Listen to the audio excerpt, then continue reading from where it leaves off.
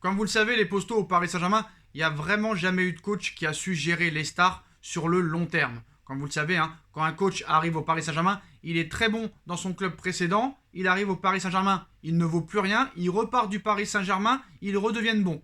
Ça a été prouvé avec Carlo Ancelotti, il a quitté le PSG, un an après, il a gagné la Ligue des Champions. Pareil pour Unai Emery, il quitte le PSG, il gagne l'Europa League cette saison. Et Thomas Tuchel, il quitte le PSG, il gagne la Ligue des Champions 6 mois plus tard. Et aujourd'hui, Thomas Tuchel, sans citer le Paris Saint-Germain, a visé et critiqué clairement l'institution du Paris Saint-Germain, mais aussi directement les joueurs et les stars du PSG. Alors comme vous le savez, par exemple, il y a eu beaucoup de problèmes ces 10 dernières années ou ces 4 dernières années.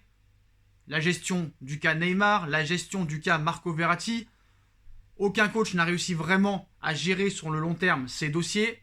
On a une peur dans ce club de vraiment s'opposer aux stars de l'équipe, contrairement à d'autres coachs dans les autres clubs européens qui arrivent à le faire. Donc on se rappelle, Ancelotti il s'en va, tu gagnes la Ligue des Champions. Emery il s'en va, tu gagnes l'Europa League. Tuchel il s'en va, tu gagnes la Ligue des Champions. Là, ça va être intéressant de voir le communiqué de Thomas Tuchel. Alors on se rappelle, Carlo Ancelotti n'avait pas réussi à gérer le cas Marco Verratti en essayant de lui faire comprendre que de prendre autant de cartons jaunes en autant de matchs, ce n'est pas acceptable. Même Laurent Blanc avait laissé tomber.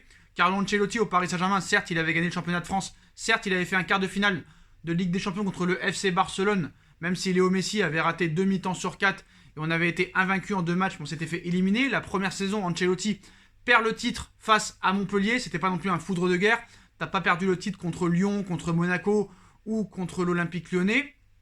Contre Montpellier, avec tout le respect que j'ai pour Montpellier qui méritait cette année-là, ça a quand même été un échec. La même année, tu es éliminé des quarts de finale de Coupe de France contre l'Olympique Lyonnais au Parc des Princes à domicile.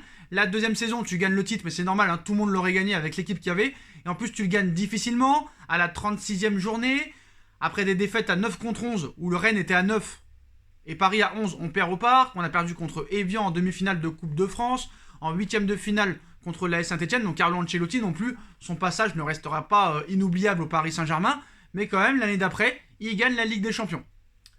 On a vu après Laurent Blanc pendant 3 ans, c'était pas mal, c'était assez spectaculaire au niveau du jeu. Malheureusement, jamais au-delà des quarts de finale, et ça perdait ses couilles au moment de les remonter. Après, avec Unai Emery, on n'a jamais vraiment espéré avec ce coach lui laisser faire ce qu'il voulait, avec son 4-2-3-1, avec Pastore en mode meneur de jeu. Tous les Brésiliens et tous les Rital étaient venus pleurer dans le bureau de Nasser Al-Khelaifi. Donc Emery, on l'a jamais vraiment laissé faire ce qu'il voulait, même si la deuxième saison avec Neymar, Mbappé, Dani Alves, Marco Verratti, c'était vraiment assez remarquable au niveau du jeu. Malheureusement, on s'était fait éliminer en huitième de finale de Ligue des Champions face au Real Madrid avec un Neymar déjà blessé à l'époque pour le match retour. Et on se rappelle aussi avec Thomas Tuchel, même si on a fait une finale de Ligue des Champions dans un cas, contexte assez particulier, avec des matchs à huis clos, terrain neutre, pas de match aller-retour contre des équipes, on va dire, c'était pas des foudres de guerre, Atalanta Bergame et le Red Bull Leipzig, même si ces équipes restent respectables. Et on a vu que Tuchel, dès qu'il a été viré, 6 mois après, il a gagné la Ligue des Champions. Alors est-ce que le problème vraiment c'est les dirigeants? Est-ce que le réel problème c'est les coachs? Est-ce que c'est les deux? Pourquoi les coachs, quand ils arrivent au Paris Saint-Germain, ils perdent leurs couilles, et quand ils partent ou avant d'arriver, ils sont phénoménales? C'est la question quand même qu'on peut se poser. Est-ce que les dirigeants du Paris Saint-Germain cadenassent les entraîneurs et leur demandent de faire ce que les dirigeants veulent? Parce que nous, il n'y a aucun coach qui a jamais eu les couilles de mettre Mbappé sur le banc, ou Neymar sur le banc, ou Marco Verratti sur le banc. S'ils sont pas là, c'est soit qu'ils sont suspendus, ou soit qu'ils sont blessés. Mais le communiqué aujourd'hui en conférence de presse de l'ancien coach du Paris Saint-Germain, Thomas Tuchel, est vraiment très intéressant. Il clash et humilie le Paris Saint-Germain et les joueurs directement, sans les citer, en disant à Chelsea, on ne recrute pas simplement des joueurs pour attirer l'attention ou pour divertir le public. On recrute des joueurs pour qu'ils nous fassent gagner des finales de compétition importantes. J'ai travaillé avec des superstars qui n'ont jamais réussi à remporter de grands trophées. Donc c'est sûr que là, ils visent Neymar, ils visent Marco Verratti, ils visent sûrement Cavani à l'époque, ou Neymar, ou Mbappé.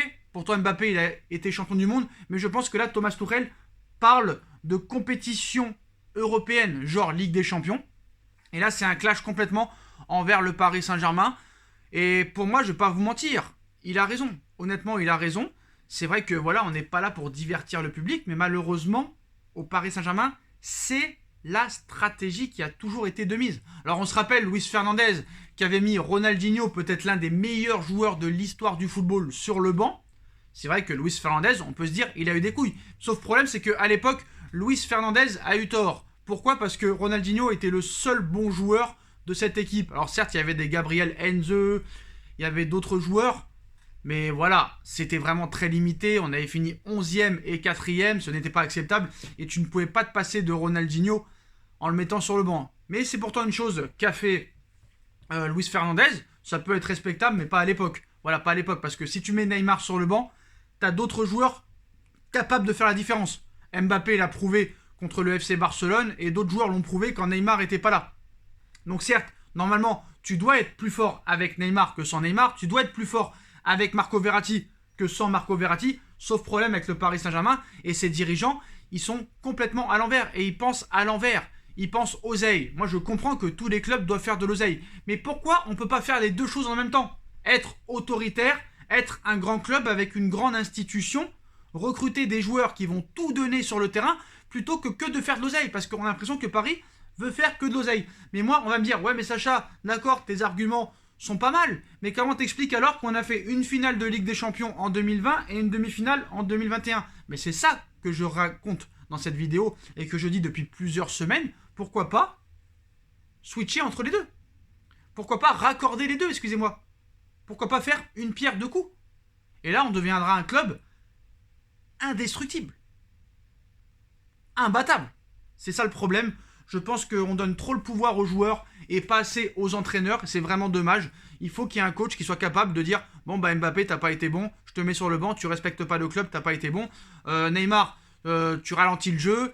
Tu joues pas avec tes coéquipiers. Tu penses qu'à bouffer. Tu penses qu'à faire la fête. Tu penses qu'à être suspendu. Tu penses qu'à te bagarrer. Tu iras sur le banc aussi. » Ça, on n'en est pas capable. Alors que Tuchel a été capable de virer des joueurs que Chelsea avait achetés 80 millions d'euros, 60 millions d'euros et de les mettre sur le banc. Pareil pour Carlo Ancelotti à l'époque au Real Madrid. Pareil pour Mourinho qui a mis des Pogba, des Iker Casillas sur le banc. Et nous, jamais aucun coach n'a été capable de mettre des joueurs sur le banc. Et on ne pouvait pas les mettre sur le banc parce qu'ils valaient 222 millions d'euros ou 180 millions d'euros ou peut-être 70 millions d'euros. Ce n'est pas acceptable, ce n'est pas normal.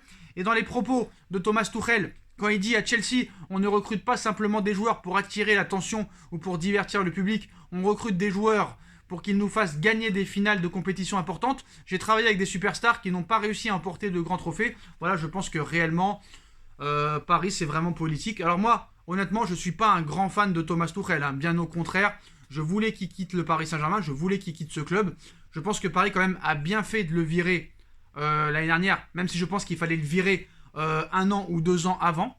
Parce que je pense que même si Tuchel serait resté au Paris Saint-Germain la saison dernière, je pense que Paris ne se serait pas qualifié contre le FC Barcelone et encore moins contre le Bayern de Munich. Je pense que contre le FC Barcelone, il aurait continué à foutre sa merde, à mettre des Danilo en défense centrale, des Marquinhos au milieu de terrain et je pense qu'on aurait perdu contre le Barça. Donc je pense que ça a été une bonne chose. Après, c'était à Pochettino de faire le boulot. Pochettino a foiré contre Manchester City. Pochettino a fait comme Carlo Ancelotti, n'a pas réussi à gagner ce titre de champion de France. Et à un moment, il faut arrêter de se retrouver des excuses. Il faut que les dirigeants du Paris Saint-Germain et les entraîneurs travaillent main dans la main. Sinon, on n'y arrivera pas. C'est très bien de faire du fric en prenant peut-être les soi-disant meilleurs joueurs, mais s'il n'y a pas de concordance dans l'effectif et aussi dans l'organigramme et dans l'institution du club, on ne peut pas réussir à faire quelque chose de bien.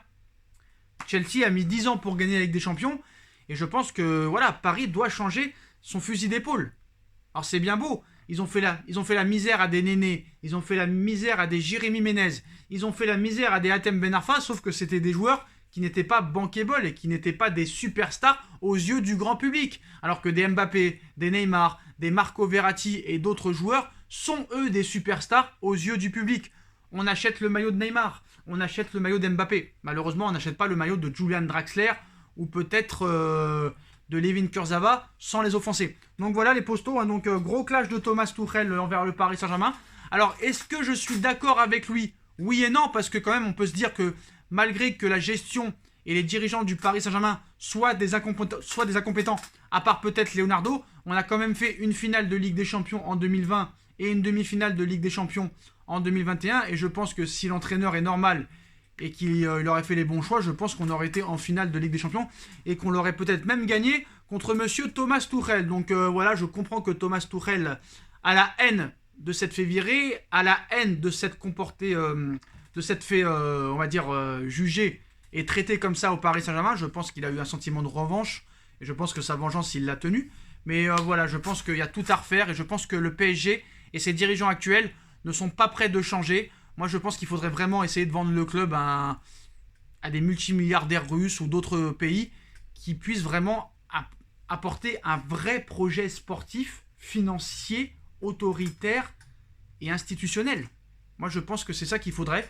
Malheureusement, est-ce qu'ils seront vendeurs dans quelques années? En tout cas, je l'espère, mais je pense que ce serait bien que le Qatar s'en aille s'ils ne veulent pas changer. Voilà. Mais je pense que pour eux, le PSG, c'est vraiment une usine Afrique et qu'ils continueront à faire du profit. Ça, c'est sûr et certain. Et je pense que réellement, quand on voit que le Barça, on nous dit, Bartomeu nous disait que 50% du Covid avait niqué les finances du Barça, alors qu'à l'arrivée, c'est que 15%. Voilà. Ce qu'il faut savoir, c'est que le PSG est dirigé par Doha. Doha est un État. L'émir du Qatar appartient à l'État du Qatar. Donc le PSG et notre club, on a tellement d'argent qu'on ne sait plus quoi en faire. C'est pour ça que l'UEFA et tous les dirigeants de tous les clubs européens nous mettent les bâtons dans les roues. Après le Bayern, après le Borussia Dortmund qui nous a clashé, après l'Olympique Lyonnais, aujourd'hui c'est le président de Francfort qui nous clash. Alors que cet été, qui c'est qui dépense le plus? C'est Manchester United. Depuis 10 ans, qui c'est qui a recruté le plus que le PSG? City a recruté plus que le PSG. United a recruté plus que le PSG. Manchester City a recruté plus que le PSG. La Juve a recruté plus que le PSG. Chelsea a recruté plus que le PSG. Donc de quoi on parle réellement? Donc moi je veux bien critiquer mon club quand il est critiquable, mais il y a aussi à le défendre. Donc moi je le défends parce que tu peux plus travailler avec un entraîneur qui ne fait plus partie du projet, et Thomas Tuchel ne faisait plus partie du projet. Il a eu sa chance, voilà. Après, tant mieux pour lui qu'il ait gagné la Ligue des Champions, mais on verra ce qui se passera dans les années à venir. Hein. Et voilà, je pense que Paris, pour l'instant, fait fausse route. Et j'espère réellement qu'un jour, les Qataris, mais vu l'ego surdimensionné qu'ils ont, je pense pas qu'ils admettent leur faute, hein, parce que maintenant, dans la vie actuelle, très peu de gens se remettent en question, très peu de gens avouent qu'ils n'ont pas la science infuse et qu'ils peuvent se tromper aussi. C'est le cas des Qataris. J'espère qu'un jour, ils sauront que c'est pas la bonne marche à suivre. Mais en tout cas, les postos, dites-moi ce que vous pensez de l'attaque de Thomas Tuchel envers le Paris Saint-Germain. Puis on like, on partage, on commente, on s'abonne, on active la petite cloche pour être tenu au courant des vidéos qui vont sortir. Et on me rejoint sur mes différents réseaux sociaux. Ma cagnotte PayPal est disponible en lien en description. Et on se retrouve très vite pour une nouvelle vidéo, les postos. Tchuss!